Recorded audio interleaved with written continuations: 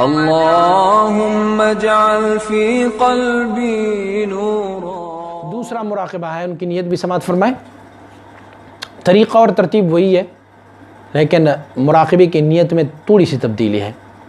فیض میں آیت ازات بیچون بلطیفی روحی من بواسطہ پیران کبار رحمت اللہ تعالی علیہم اجمعین۔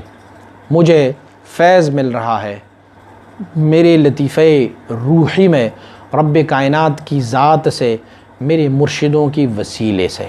یہ ان کا مفہوم اور خلاصہ ہے۔ اب اس میں سے فیض کی آپ نے تعریف سنی اور کیسے آتا ہے یہ بھی آپ نے سماعت فرمائی۔ اب اس میں ہم آتے ہیں لطیفے روح کی طرف کہ یہ روح ہے کیا۔ اللہ کریم فرماتے وَيَسْأَلُونَكَ عَنِ الرُّوحِ قُلِ الرُّوحُ مِنْ أَمْرِ رَبِّي وَمَا أُوتِيتُم مِّنَ الْعِلْمِ إِلَّا قَلِيلًا۔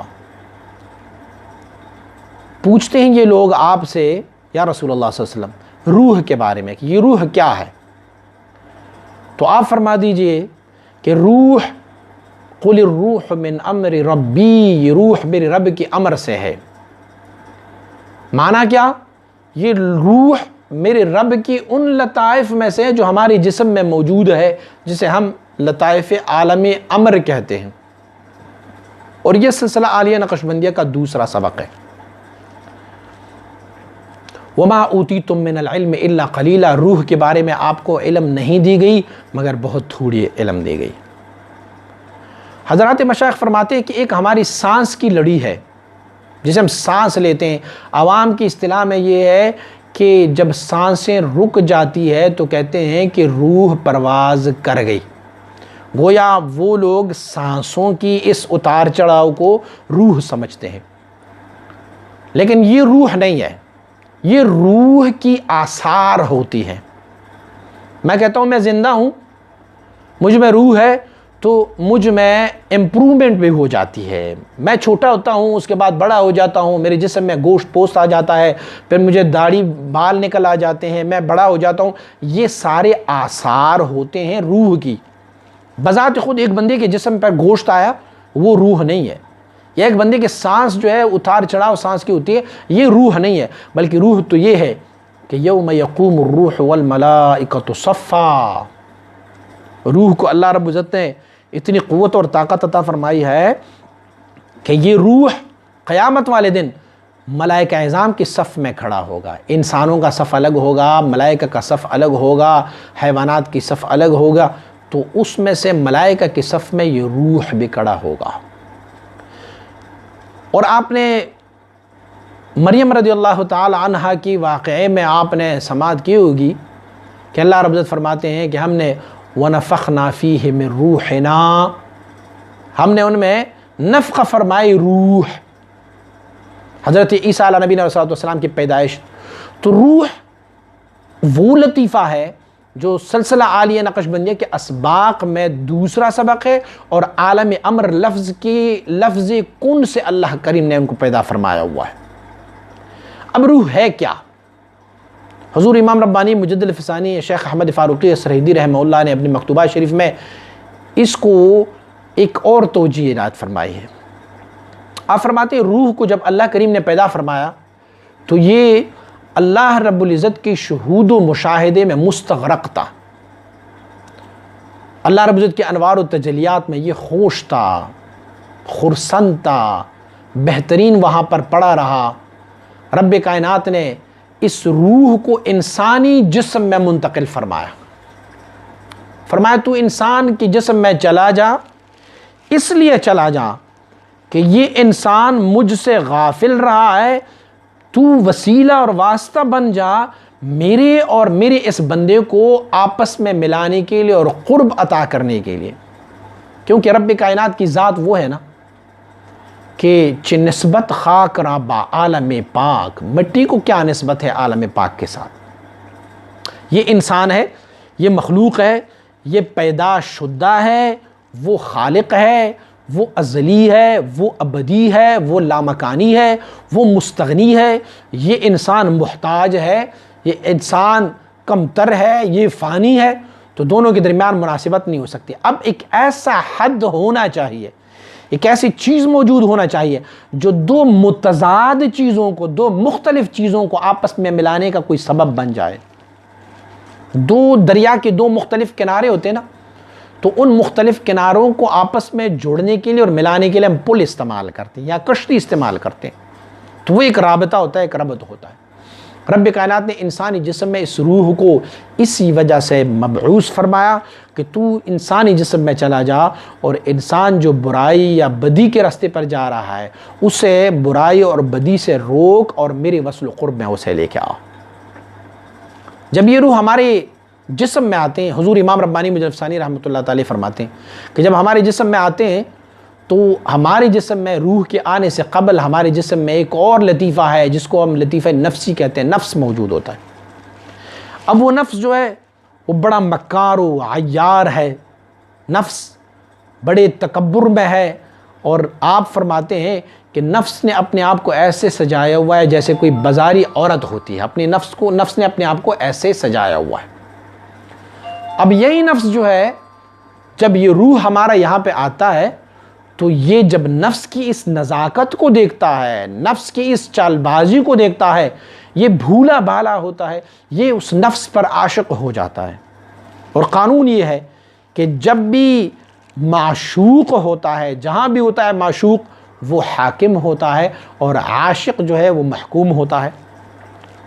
فلہذا یہ ہمارا روح یہ نفس کی چال بازیوں میں آ جاتا ہے اور پھر نفس سے چون کے زیر ہوتا ہے، نفس کے زیر ہوتا ہے، اسی لیے نفس جو کچھ بھی کہتا ہے یہ اسے قبول کر لیتا ہے۔ اب ہوتا یہ ہے کہ یہ روح بھول جاتا ہے کہ میں آیا کس لیے تھا اور کہاں سے آیا تھا، یہ اپنا بھول جاتا ہے اور نفس کی تابع ہو جاتا ہے۔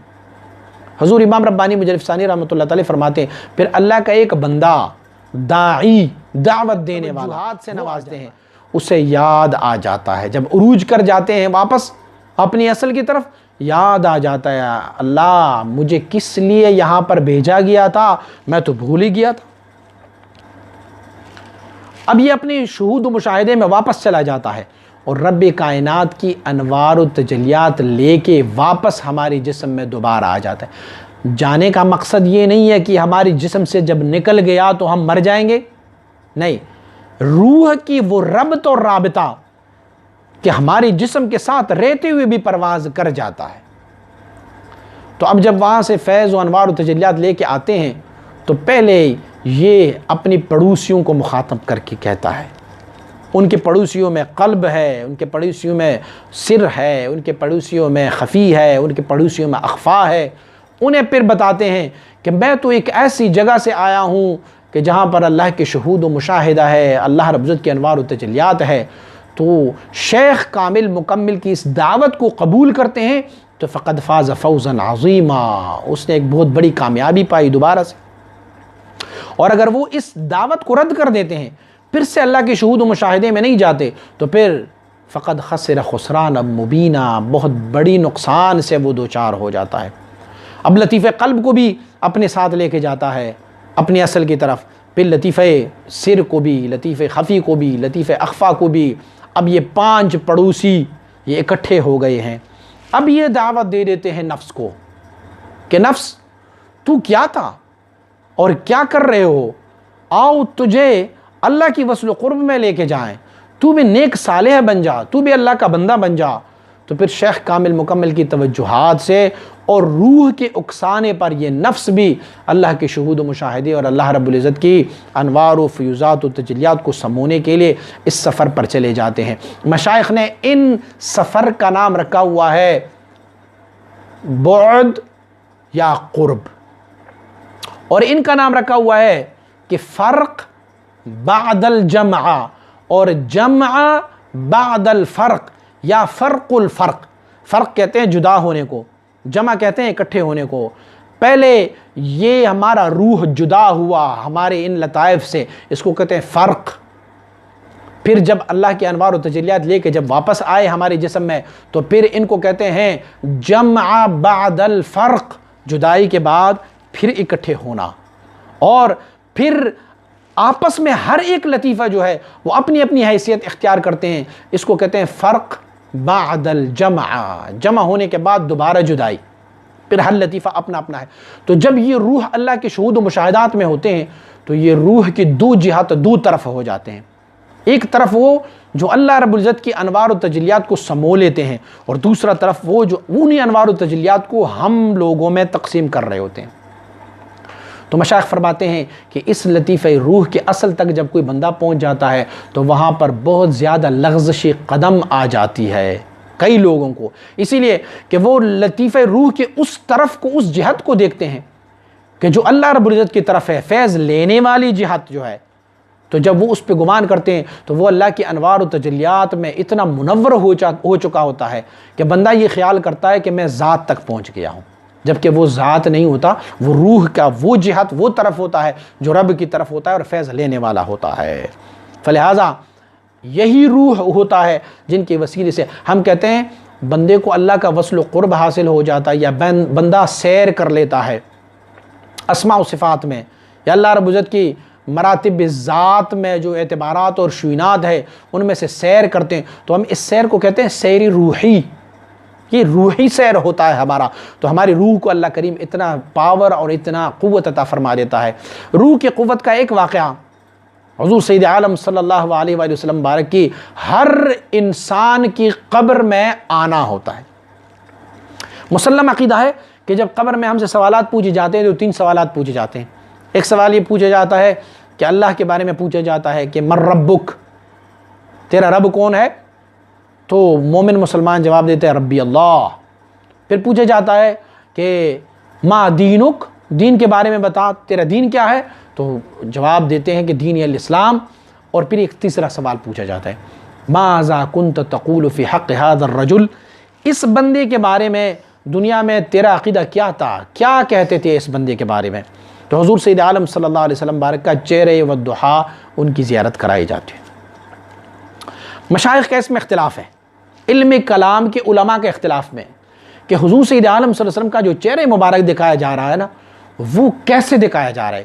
حضور کا جسد اطہر تو ایک ہی ہے جو مدینہ منورہ میں ہے، اور ایک ہی لمحے میں دنیا میں کتنے لوگ قبروں میں چلے جاتے ہیں؟ ہزاروں لوگ ایک ہی لمحے میں چلے جاتے ہیں قبروں میں۔ تو ساروں کو حضور سید عالم صلی اللہ علیہ وسلم کا جسم اطہر جو ہے وہ مدینہ منورہ میں ہے، تو صرف وہاں سے ان کو دیدار کرائی جاتی ہے، یا اگر آپ کا جسم ایک قبر میں چلا جاتا ہے تو پھر دوسرے قبروں میں کون ہوتا ہے، وہ جو شکل دکھائی دیتے ہیں؟ تو مشائخ کا اس میں اختلاف ہے۔ امام اشعری رحمۃ اللہ تعالی کا مسلک یہ ہے کہ ہر قبر میں اترنے والے کی یہاں سے لے کے مدینہ منورہ تک کے فاصلے کو سمیٹا جاتا ہے اور ایک کھڑکی نکالی جاتی ہے، اور اس کھڑکی سے حضور سید عالم صلی اللہ علیہ وسلم کا چہرہ و دحا دکھایا جاتا ہے۔ امام اشعری رحمۃ اللہ تعالی کا یہ مسلک ہے۔ امام ابو منصور ماتوریدی رحمۃ اللہ تعالی آپ مبارک کا مسلک یہ ہے کہ حضور سید عالم صلی اللہ علیہ وسلم مبارک مدینہ منورہ میں یہ کھڑکی والا کنسپٹ قابل قبول نہیں ہے، حضور تو ہر قبر میں تشریف لاتے ہیں۔ اب کنفیوز یہ ہو گیا کہ حضور سید عالم صلی اللہ علیہ وسلم مبارک جب ہر قبر میں تشریف لاتے ہیں تو جسم اطہر تو ایک ہے، اور ایک جسم ایک وقت میں ایک ہی جگہ پر اپنا نظارہ کرا سکتے ہیں، اپنا دیدار کرا سکتے ہیں، تو پھر وہ انہی لمحات میں جو دوسری قبروں میں حضور سید عالم صلی اللہ علیہ وسلم مبارک کی چہرہ دعا کو دکھایا جا رہا ہے وہ کیا ہوتا ہے؟ تو مشائخ نے ان کو بھی حل فرمایا یہ حضور کے لطائف میں سے وہ لطیفے ہیں، آپ کی روح مبارک کو اللہ کریم نے اتنی قوت اور طاقت عطا فرمائی ہے کہ وہ بیک لمحہ سیکنڈ کی 1000ویں حصے میں آپ کی روح متعدد مقامات پر حاضر ہوتے ہیں اور متعدد مقامات کا مشاہدہ فرما دیتے ہیں۔ وہ ہوتا ہے روح لیکن بشکل جسد ہوتا ہے۔ آپ لوگوں نے حضرت خضر علیہ نبینا علیہ السلام کے بارے میں پوچھا ہوگا نا، دیکھا ہوگا، سنا ہوگا، پڑھا ہوگا کہ حضرت خضر علیہ نبینا علیہ السلام سے فلاں کی ملاقات ہوئی، فلاں کی ملاقات ہوئی، اور جسمانی طور پر ان سے ملاقات ہوئی۔ تو یہ ملاقات کیسی ہوئی؟ حضور امام ربانی مجلس ثانی رحمۃ اللہ تعالی فرماتے ہیں کہ میں فجر کی نماز کے بعد مراقبے میں تھا تو حضرت الیاس علیہ نبینا علیہ السلام اور حضرت خضر علیہ نبینا علیہ السلام کی ارواح مبارکہ کی زیارت ہوئی۔ تو آپ فرماتے ہیں میں نے ان سے پوچھا کہ آپ عالم اجساد میں سے ہو یا عالم ارواح میں سے ہو، یعنی آپ لوگ جسدن زندہ ہیں یا آپ کی روح کو اللہ نے یہ قوت عطا فرمائی؟ تو آپ مبارکین نے فرمایا کہ ہم عالم ارواح میں سے ہیں، یعنی ہماری روح کو اللہ کریم نے اتنی قوت عطا فرمائی ہے کہ ہماری روح بشکل جسد جہاں بھی چاہیں وہ حاضر ہو جاتے ہیں۔ اور مشائخ کی منکرین کا قول الگ ہے، اسے میں کوٹ نہیں کرتا، لیکن جو معتقدین ہے، جس کی عقیدت والے لوگ ہیں، جن کا عقیدہ صحیح ہے، وہ لوگ یہ کہتے ہیں کہ مشائخ کرام کو بھی اللہ کریم نے یہ قوت عطا فرمائی ہے کہ وہ متعدد مختلف مقاموں میں بیک وقت ظاہر ہو سکتے ہیں۔ میں انشاءاللہ مکتوبات شریف سے آپ کو دکھاؤں گا۔ حضور باقی باللہ رحمہ اللہ کے بارے میں ارشاد گرامی ہے، آپ مبارک فرماتے ہیں کہ مجھ سے ایک بندے نے کہا کہ حضور اس دفعہ تو حج میں ہمیں بڑی سعادت ملی، عرفات والے دن آپ ہمارے ساتھ تھے۔ اور فرماتے اسی حالت میں ایک اور بندہ آیا، کہا حضور آپ کی بڑی مہربانی ہے کہ آپ عید والے دن ہمارے گھر تشریف لائے تھے۔